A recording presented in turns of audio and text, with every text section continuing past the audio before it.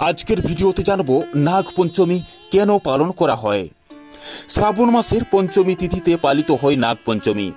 এই দিনে সাপকে পূজা করে মানুষ আশীর্বাদ প্রার্থনা করে। ভয়ের এই প্রাণীই পূজিত হয় দেবতার মতো। কেন এমনটা হয় তা জানলেই খুলে যাবে রহস্য। সাপ হিন্দু ধর্মে শক্তি ও পুনর্জন্মের প্রতীক।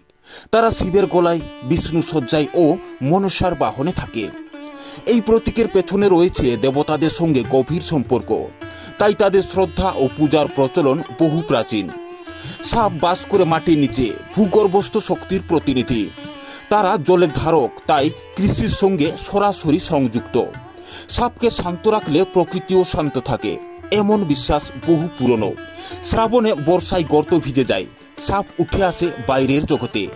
এ সময় মানুষ ও সাপের মুখোমুখি হওয়ার ঝুঁকি বাড়ে। এই উৎসব সেই ঝুঁকি ও আতঙ্ক দূর করে শান্তি কামনার প্রতীক। নাগপঞ্চমী দিনে সাপ হত্যা একেবারেই নিষিদ্ধ। এটি শ্রদ্ধার উৎসব, প্রতিহিংসার নয়। সাপকে দুধ, মিষ্টি, হলুদ ও ফুল নিবেদন করে পূজা করা হয়। সাপ ধান ক্ষেত রক্ষা করে ইঁদুর খেয়ে, তারা প্রকৃতির ভারসাম্য রক্ষা করে নিঃশব্দে। এই পূজার মধ্যে লুকিয়ে আছে জীব ও প্রকৃতির প্রতি সহানুভূতির শিক্ষা। বাংলায় সাপ মানেই মনসা দেবীর পূজা। তিনি রোগ, বিষ ও দুর্ভাগ্য থেকে রক্ষা করেন। বেহুলা লক্ষিন্দরের কাহিনী এই পূজার সঙ্গে অঙ্গাঙ্গিভাবে জড়িত।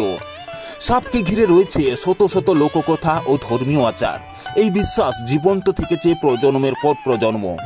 ভয় ও বিশ্বাস দুইয়েরই মিশ্রণ নাগ পঞ্চমীর প্রাণশক্তি। চাষিরা পূজা করেন সাপকে ধান, জল ও হলুদ দিয়ে।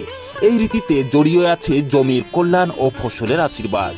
তাই নাগ পঞ্চমী শুধু ধর্মীয় উৎসব নয়, কৃষি জীবনেরও অংশ।